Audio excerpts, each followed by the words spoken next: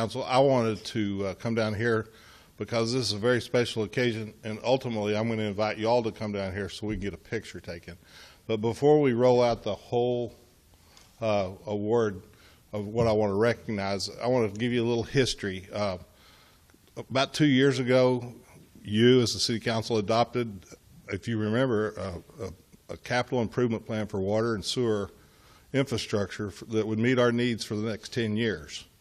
And with that, it came with a price tag of $250 million, and we were all gasping for air, understanding the growth that's coming our way and the cost that it's going to take to develop the infrastructure as we move forward. So with that plan in place and adopted and staff understanding the goals and objectives that you wanted, you authorized us to work with EHT to submit a grant to the Water Development Board.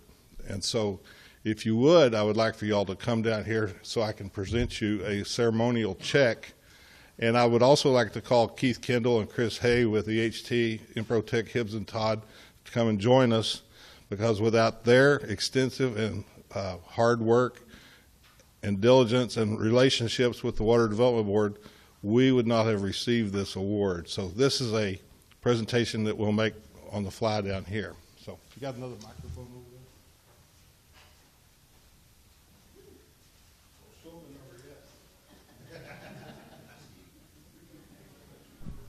Thank you.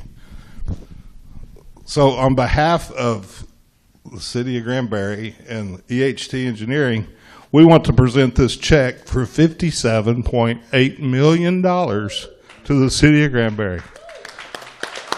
So y'all could take that. I would just say that this is the largest grant receipt that I've ever received in my professional career. And I know that the City of Granbury has never experienced one like this either. This is truly a generational, once-in-a-lifetime grant opportunity. I would also like to brag that the EHT called and said, hey, there's this new grant coming out about emerging contaminants, and your water qualifies for it, and you need it on your capital improvement plan. So I think we should talk about applying for it. So thank you, Keith, for doing that. And we wouldn't have been nearly aware of this if you hadn't done it. We would have received an email, and we would have mulled through it. But with your leadership and your insight to what our needs are, we were able to put this together.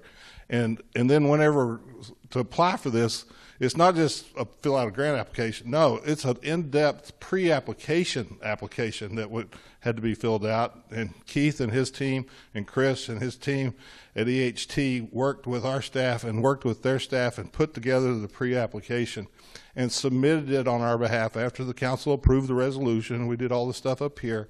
You know, the partnership that we have, they submitted it through them to the Water Development Board.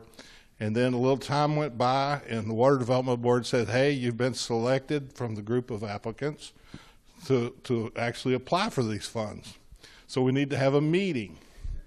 And so we get on the Zoom meeting, and we've got all of our financial people, we've got all of Improtech people, we got our staff on there, and they start telling us all the details of what we need to do, next steps to develop this application. And so we were successful in doing that, and then he said, oh, by the way, you're the only government entity that applied for this grant this year, so you're going to get the whole amount.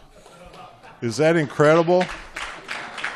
So because of our willingness to go the extra mile and do the pre-application and go through the process that's established, it's federal funding that goes to the state that comes to us. So there's all kinds of, forgive me, but red tape that we have to endure to spend this money properly. And so we rely on EHT every step of the way to make sure we're in full compliance with the Water Development Board in everything we do with these funds. And we've got a great finance team that helps us with that. And so I just want to say congratulations, City Council.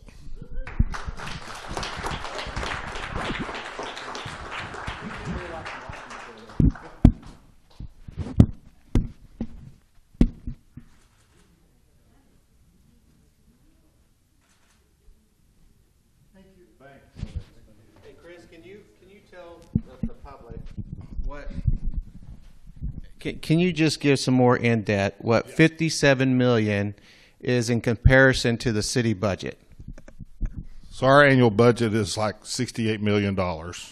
And so this project that we're going to do with this, it's a $100 million project. It's a new water treatment plant located behind the police department that will desalinate water and put it into our water system for people to consume and drink and shower and water their yards with or whatever they want to do with it. But it's a $100 million project, and this goes well over, well, it's 57.8% of that project. So that's incredible. And like I said, I may have said it represents, if you do the math, $5,000 for every man, woman, boy, and girl in this town. That's incredible. So that's what we got. Did I answer your question? Yes. All right. Anybody else have anything? Congratulations. I want to make the point, he kind of said this, but any city could have applied. This could have been split up. 100 cities could have got $5 million apiece, or $500,000 apiece. Yeah. Or 10 cities could have got $5 million apiece. But for us to be the only ones that applied is just, it's amazing. Yeah. And I think Chris and EHT for, we're just sitting back there going, we're going to do what? So they did a great job.